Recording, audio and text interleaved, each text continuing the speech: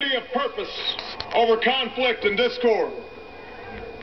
On this day, we come to proclaim an end to the petty grievances and false promises, the recriminations and worn-out dogmas that for far too long have strangled our politics. We remain a young nation, but in the words of Scripture, the time has come to set aside childish things. The time has come to reaffirm our enduring spirit, to choose our better history, to carry forward that precious gift, that noble idea passed on from generation to generation, the God-given promise that all are equal, all are free, and all deserve a chance to pursue their full measure of happiness.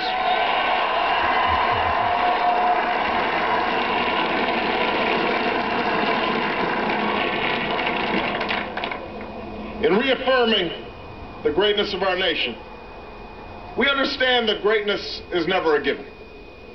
It must be earned. Our journey has never been one of shortcuts or settling for less. It has not been the path for the faint-hearted, for those who prefer leisure over work or seek only the pleasures of riches and fame. Rather, it has been the risk-takers, the doers, the makers of things, some celebrated, but more often men and women obscure in their labor, who have carried us up the long, rugged path towards prosperity and freedom.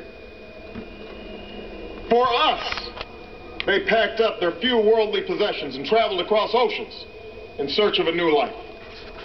For us, they toiled in sweatshops and settled the West, endured the lash of the whip, and plowed the hard earth. For us, they fought and died in places like Concord and Gettysburg, Normandy and Khe Sanh. Time and again, these men and women struggled and sacrificed and worked till their hands were raw so that we might live a better life. They saw America as bigger than the sum of our individual ambitions, greater than all the differences of birth or wealth or faction. This is the journey we continue today. We remain the most prosperous, powerful nation on earth. Our workers are no less productive than when this crisis began. Our minds are no less inventive. Our goods and services no less needed than they were last week or last month or last year.